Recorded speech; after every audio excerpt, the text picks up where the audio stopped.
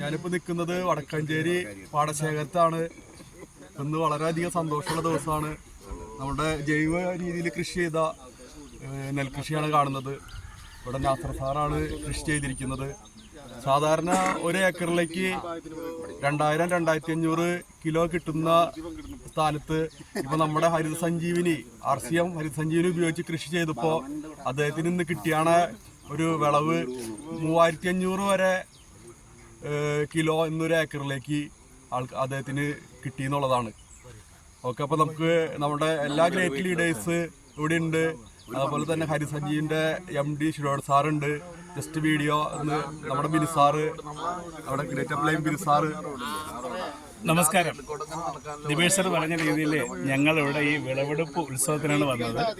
ഇത് റിസൾട്ട് എങ്ങനെയാണ് കിട്ടിയതെന്ന് ചോദിച്ചാൽ അതായത് കൃഷി ഓഫീസിൽ വന്നിട്ട് ഓരോ സ്ഥലത്തും, ഈ സ്ഥലം ഒന്ന് കാണിക്കൂ, അവിടെ നിന്ന് 1 അടി 1 സ്ക്വയർ ഫീറ്റിൻ്റെ നെല്ല് കട്ട് ചെയ്തുകൊണ്ട് പോകും.